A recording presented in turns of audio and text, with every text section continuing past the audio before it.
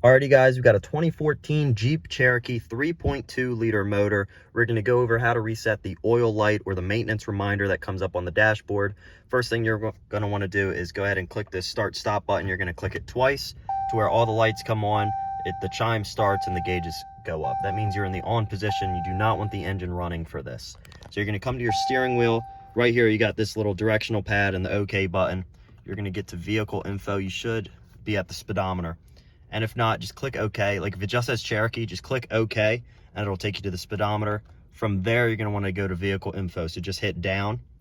And now you can see, you can scroll left or right. You're going to hit right, coolant temp, right again, trans temp, right again for oil temp. And then you have your oil life. It's only at 61%, but I did just do an oil change. You can reset this whenever. You can do it at 99% if you wanted to. You're just going to hold OK, which is right here, and it even says hold OK to reset. So just hold it. It'll go up to 100, and now you're reset. Always make sure you start the motor, and then if the reminder is gone, it means you did it correctly. I was at 61%, so I didn't have the reminder anyway, but for your situation, make sure you go ahead and do that.